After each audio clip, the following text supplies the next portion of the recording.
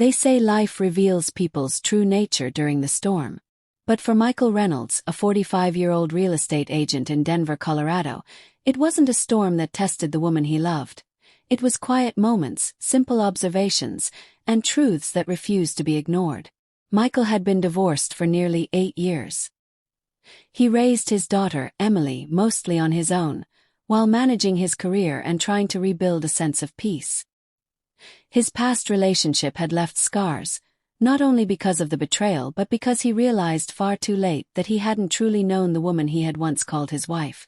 He met Jessica at a charity event for local underprivileged families. She was volunteering, serving food to guests with a gentle smile and a soft laugh that lit up the room. Unlike other women he'd met through online apps or professional circles, Jessica didn't try to impress anyone. She was warm, approachable, and sincere, traits that immediately caught Michael's attention. They spoke briefly at first. Jessica mentioned she worked as a pediatric nurse and had recently moved from Austin to be closer to her aging parents. Their first conversation was short, but it left a lasting impression on both of them. Over the next few weeks, they ran into each other again at various community events. It wasn't long before Michael asked her out for coffee. Their relationship unfolded slowly, like pages in a novel. Jessica was kind, attentive, and honest. But Michael, now wiser with age and experience, knew not to rush into trust. He remembered advice once given to him by his late father. If you want to test the character of a woman, notice 2 things: how she treats people who can do nothing for her, and how she reacts when things don't go her way. So that's what Michael did. He didn't test Jessica with tricks or traps. He simply observed. The first situation arose at a grocery store. They were shopping for dinner ingredients one evening when they witnessed an elderly woman struggling to carry a basket full of canned goods. Without hesitation, Jessica walked over, offered to help, and walked the woman to her car. She didn't just carry her bags, she spoke with her, asked about her day, and helped her load everything carefully. She did it quietly, without expecting recognition. Michael watched from a distance, his heart swelling. That was the first sign. The second situation came unexpectedly on a rainy Friday night. Michael's car broke down while they were on their way to a family dinner.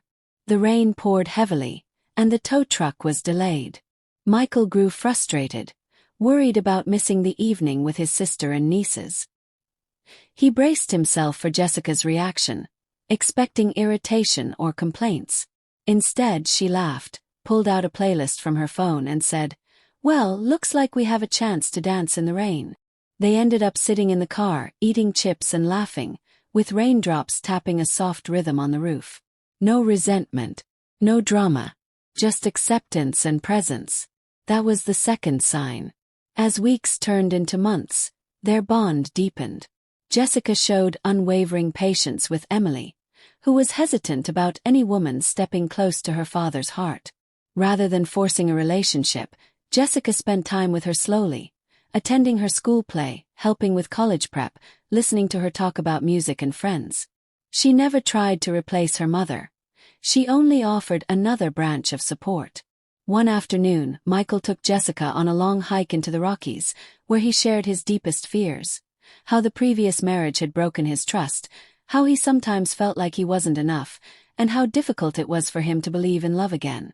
Jessica listened quietly, held his hand, and said, "Thank you for trusting me with your truth. I won't take it lightly." Michael realized then that character wasn't about grand gestures. It was revealed in the quiet ways a person treats others when there's no benefit involved. Jessica's kindness wasn't just a performance. It was who she was at the core. The real test came when Michael's ex-wife, Diana, returned to town unexpectedly. She had been through a bitter separation from her second husband and wanted to reconnect with Emily.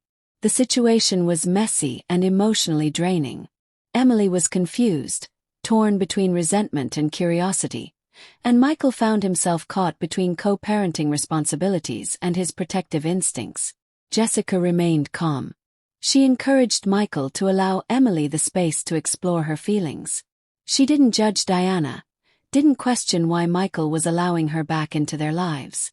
Instead, she supported Emily emotionally without stepping over any boundaries.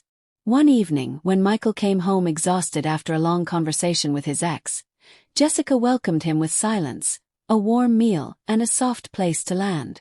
"You don't have to fix everything," she said, resting her head on his shoulder. "You just have to be present. And I'm here too." Eventually, Emily and Diana worked out their own understanding. It was awkward and full of stops and starts, but Jessica's grace through it all only solidified her place in Michael's life. She never demanded to be in the center. She stayed strong on the edges, holding everything together with patience and love. On their one-year anniversary, Michael surprised Jessica with a handwritten letter rather than a speech or a gift. In it he wrote, "I used to believe that love had to be earned with grand efforts and intense sacrifice. But you've shown me that real love is found in quiet strength, simple kindness, and how you treat the world when no one is watching. I've watched you, Jessica. And in the simplest of moments, you've passed the only test that ever mattered. You've shown me your character. And because of that, I know I want to spend the rest of my life with you." Jessica cried as she read the letter, and when she looked up, Michael was already on one knee. They married in a small garden ceremony surrounded by friends, family, and a stronger version of themselves. Michael's father would have been proud. And so would any man who ever learned that if you truly want to test the character of a woman, you only need to observe two things: how she treats those who can offer her nothing and how she reacts when the world doesn't spin her way. Jessica passed both tests, not with perfection but with authenticity. And for Michael that was everything.